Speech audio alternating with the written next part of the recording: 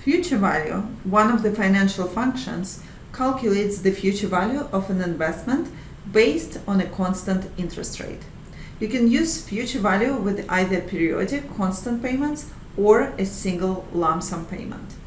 Let's take a look at our example. Assume we need to buy a car and we are saving for it. The target is to buy in 1 year. There is $10,000 in our bank account as savings. The bank pays 5% interest on our savings account.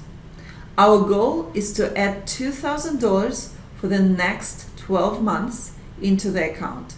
Let's calculate the amount we would have at the end of the year to purchase the car.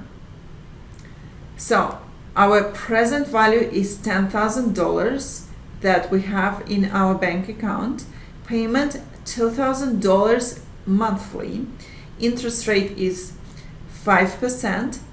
Period is 1 year, and we have 12 months a year as a compounding periods per year, because this interest rate is also compounded as well.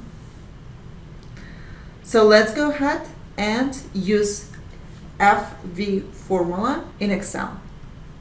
Equals FV, and Excel gives me a hint again. It returns the future value of an investment based on periodic constant payments and a constant interest rate. Beautiful, that's function I want to use here. I'm gonna click Tab, and then as for my rate, I'm gonna take the rate in the cell F74, 5%, and I'm gonna divide it by 12 months, which is my compounding periods per year. Comma, for the number of periods, I'm gonna take 1 year and multiply it by 12 months here, because we are talking about compounded periods. Comma, as the monthly payments are paid out, they are entered into the function as negative values.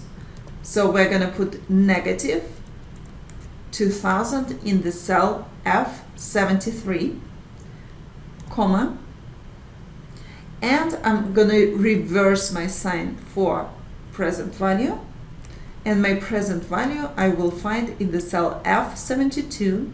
It's $10,000. My formula is ready. Let's see what amount we would have at the end of the year to purchase the car.